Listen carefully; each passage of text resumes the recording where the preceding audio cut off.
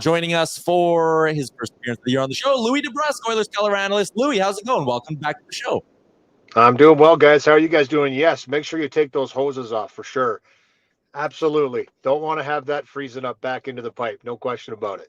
My dad is always sure to send a text to the family group chat the first night before it's freezing. Do you do the same? Were you texting the kids being like, listen, everybody, I usually just go over and take care of Jake's house, but I got to take care of my own house now too. So yeah, it's a big deal. Obviously, living in this climate, you have to be aware of that. Typically, I'll take it off a little bit early, but we had the hose going for a little longer this year.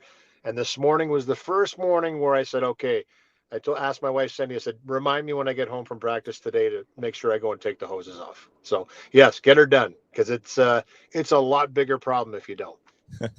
I'm soft. I also don't have a garage, and I'll hand up. I used my remote start today for the first time. I looked outside. I was like, I feel like I can give it 3 minutes, get this heated seat going a little. That's not soft, right? That's okay. Hey, that's not soft. I drive a truck, so mine has never fit in my garage. So I've had my truck in the driveway almost every year that I've lived in Alberta. So I use the automatic start quite a bit, and it's necessary. No question about it. Let's talk about that loss on Saturday in Dallas. My take on it, I think you kind of heard it a little bit there. No one loves moral victories, but on October 19th, early in the season, I thought the Oilers could walk out of that game and go, hey, we're kind of the better team for 40 minutes. Their goalie played well. I compared it to the Western Conference Final. I said if the Oilers played like that against Dallas in a 7-game series, they win it in 6. I liked the way they brought it for the first 40. I agree, and I agree with both points. I don't think that they're walking out of that game feeling good about themselves because they played a solid game and they probably should have won the game. I think there's been a lot of those over the last 5-6 years where this team has dominated, just can't seem to find that first one or get on a roll or defend, whatever the reason that they lost the game was. You still lost the game. So all they see is the fact they didn't win. I know that's the mentality they have. But I think there's a trickle in there where they're like, listen, if we play like this on a nightly basis, we're getting back to our game. And I really do think, guys, we've seen it built into the Nashville game. Philadelphia game for me was a little bit of a galvanizing game. They got dirty, they got gritty. They need to have some emotion in that game to try and stimulate just things to happen. Battle harder in the corners, battle harder in the offensive zone, score some goals from some timely goals from some depth players in Henrique and Brown. And I think that carried over to Nashville. They didn't get rewarded right away in Nashville either. They dominated UC Saros in the first period, and he stopped everything but, Kulak's blast from the blue line that went through 5 people and found its way into the net.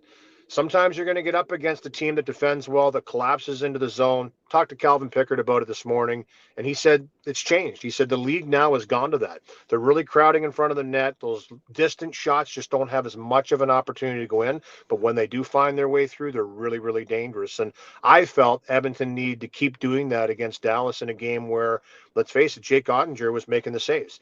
But they defended very well. They didn't give them a lot of clean looks, except for the first period. I think they had 3 or 4 high danger chances right in the slot, and they didn't put the puck in the net. Listen, this is just sometimes what happens with a team coming out of the start of the season. If you look at Edmonton, I would tell you, go back 5 years. I think 1 year they got off to a 9-1 start, and I believe that was the year. I think they went to the conference final that year and lost to Colorado. But every single year, it takes them a little bit of time to get into it, takes them a little time to get into the game. Is that a good thing? No, but that's just reality of a team that's had some runs, had some distance, and I thought they carried over a very solid game into Dallas. And listen, they just couldn't find the win. But I agree with you. Moral victory, yes, but certainly not the victory they were looking for. They won the 2 points, and I think they'll try and carry that forward tomorrow night against the Carolina Hurricanes.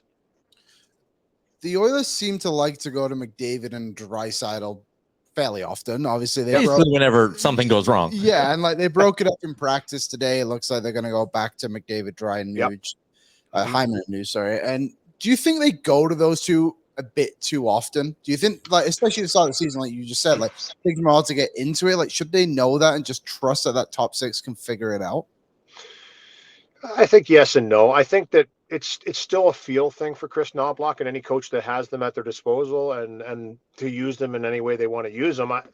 I think ideally them both on their own line just makes them a much deeper team, harder to defend against, especially when both of those lines are going.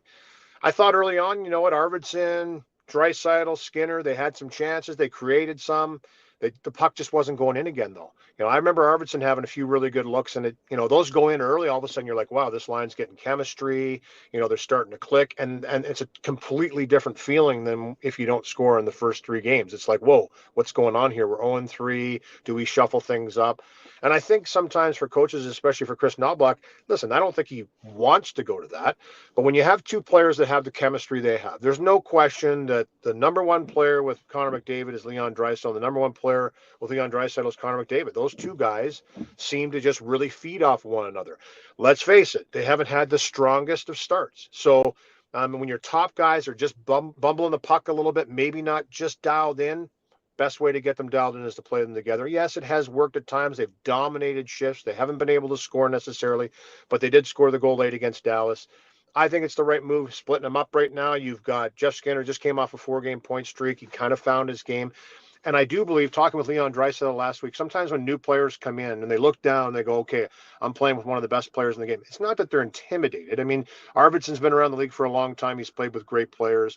Jeff Skinner's played with some amazing players, and he's scored every year that he's played in the league, except maybe one season. He had a little bit of an off year in Buffalo. But you look and you say, okay, you just can't expect that magic in a bottle to happen right now. And sometimes it doesn't. So you go away from it and you bring it back. And that looks like what they're going to do. Ryan Nugent-Hopkins will go back with McDavid and Hyman, who he's comfortable with. We've seen him play there a lot. I think that it's always a feel situation for the coach when he's going to go to it. And sometimes if he feels like he needs a boost, there's no better way to do it. They get shifts together every game after penalty kills. It's automatic now that after a successful or unsuccessful penalty kill, typically that trio is going out there, McDavid, Draisaitl, Hyman, to try and get that momentum back in their favor.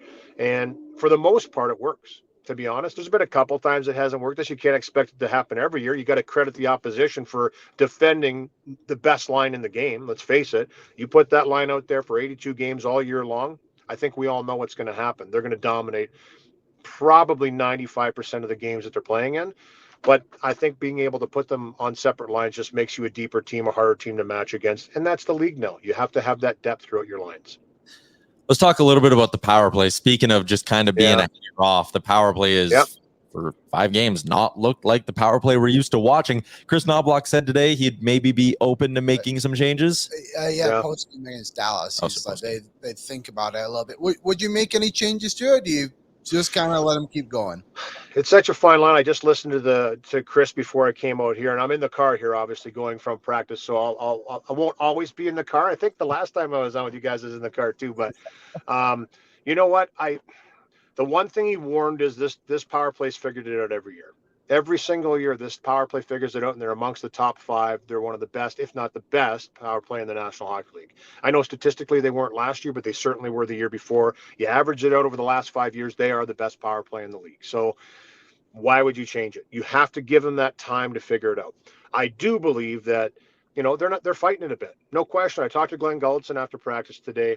The same thing that Chris Knobloch said. And obviously the message going through that top power play is execution.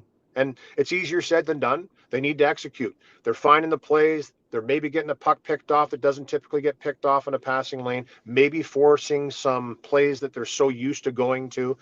Pre-scouting and all that, teams kind of know what to expect from the power play, but they're so dynamic when they get moving around and fluid that they're really hard to defend. They're not getting the chances right now. That would be the only concern. They're not getting the number of chances typically they get. But I do believe I'd stick with it for just a little bit longer. You're seeing a Carolina team that doesn't see him that often. Great penalty killing team, by the way. A team that was number 1 last year in the penalty kill.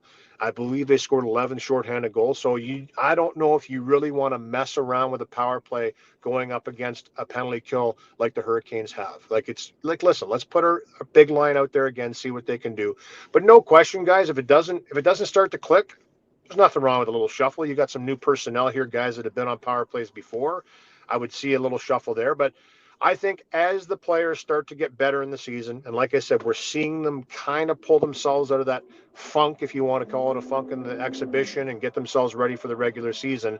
They're starting to find their game. The more they find their game, and Evan Bouchard's a guy that I key on early because you're asking him to make such subtle, important plays under pressure all the time. And let's face it, one little bobble, a little bit of pressure, hit a shin pad, hit a stick. Next thing you know, it's an outnumber rush the other way, and you're scrambling.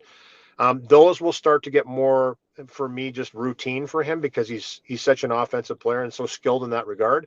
So as each player on that power play unit starts to find, I mean, Zach Hyman doesn't have a point. Did anybody think they were going to be going into this point of the season and say Zach Hyman's not going to have a point? He's been all around it. I mean, he should have 6 to 10. He had 6, I believe, last year after the first 5 games. It's just, he knows it. I mean, he said it matter of fact after the game. Like, it's frustrating, but they also know they have to continue to do things that make them successful. And his success is around the net. He's a thorn in your side. You're not going to be able to keep him off the scoreboard for much longer, in my opinion. So when it does go, like Chris Knobloch said, they'll start to score at will.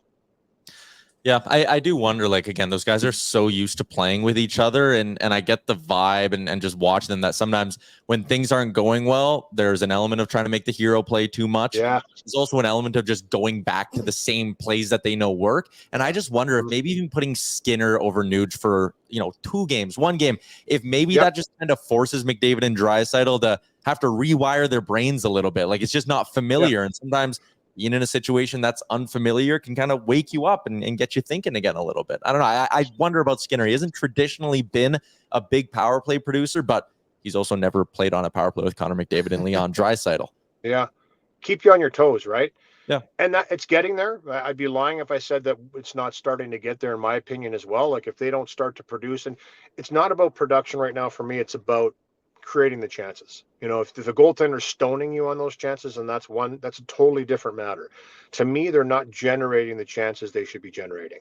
So, and I think that's something that Glenn Gulson this morning said he wants to see a little more of. Listen, need to execute, need to make some more plays, and make the goalie make a few more saves on the power play. If you're getting those chances over and over, that's when it's going in the right direction. It's only a matter of time before it changes. But yeah, listen, they have great personnel here.